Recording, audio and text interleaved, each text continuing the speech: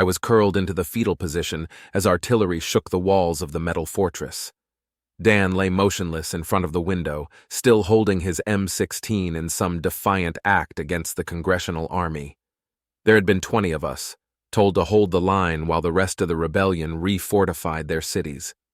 There were only 5 of us now. Clancy, Jeff, George, and Carlos were all bandaged and unconscious, barely alive from their wounds. I had cried all my tears long ago as I stared at the back wall, just hoping that they'd finally get through the armor with something and make it all end. "Do you really want that, though, Shez?" My head snapped over to my right side in shock. A teenager, maybe 16 at most, sat next to me, a black cloak wrapped around him. He glanced over, revealing golden amber eyes that gave me a strange sense of ease that put me on edge. "Who the fuck are you?" I shouted. My hand went for my sidearm, but I felt the slide locked back and remembered I was out of ammo. He tapped something against his palm before offering me a cigarette, which I graciously accepted. He lit it, and I took a moment to convince myself this was a hallucination. But the cigarette tasted like menthol and tobacco. Not my memories of it.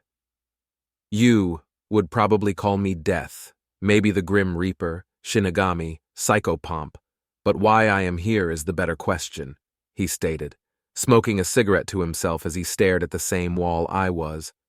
I dared not interrupt. His presence seemed commanding, like a high-ranking officer or combat veteran. "Your friends here have rung their death knell. I apologize for your loss. I can't bring them back to life. But I can offer you one last conversation with them." I lifted a hand to my mouth as tears ran down my face. I quickly checked their pulses and found them gone. Gone in their sleep.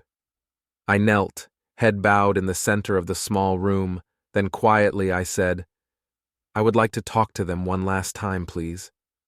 The boy nodded in the corner of my eye and vanished. The room brightened visibly as translucent figures rose from the bodies and solidified in front of me. Clancy, George, Jeff, and Carlos sat in front of me, all of them gazing solemnly at the floor. "I'm sorry. I'm so sorry. I failed." I began to sob. A cold hand was set on my shoulder, and Dan looked me in the face. He'd been my big brother since before we rebelled. He spoke in a soft, echoing voice. "I think I speak for all of us when I say this, Shays. You never failed us, not in the slightest." George spoke up, his old bearded face set in a soft smile. "I thought I'd die alone out on the courtyard. But then, like a Valkyrie, you ran into the hailstorm without a thought for yourself to save an old man like me. Shays, I'd never been happier than when I saw your face in front of that smoke-stained sky." Jeff looked up gently and said, "You should have left me out in the main hall, Shez.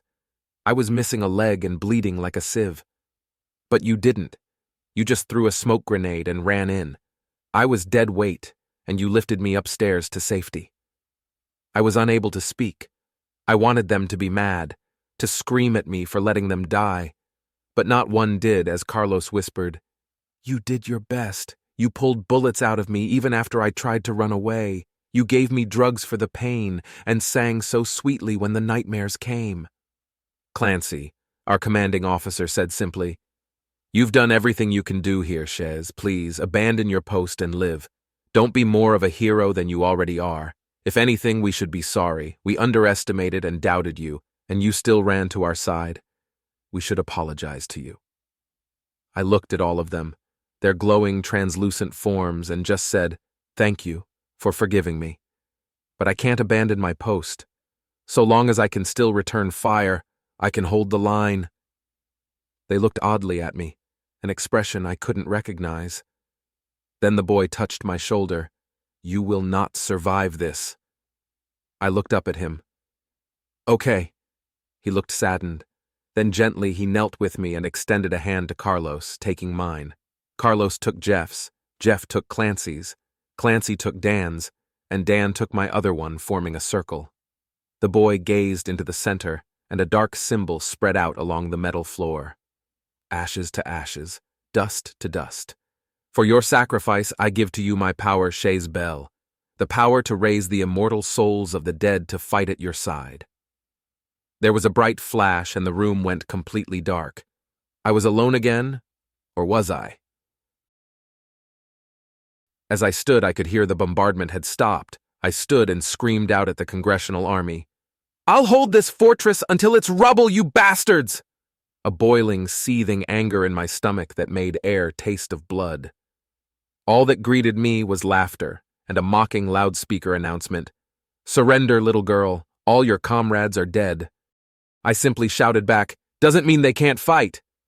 I leaned, then jumped from the window into the courtyard, white translucent and luminescent figures cropping up around me. My physical body fell in the first hail of gunfire, but my soul kept on.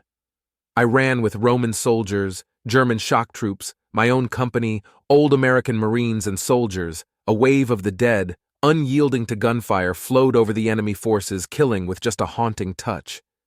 It was over in minutes. All that the Congressional Army had observed was a small medic girl jump from a window and throw a smoke grenade before falling to gunfire.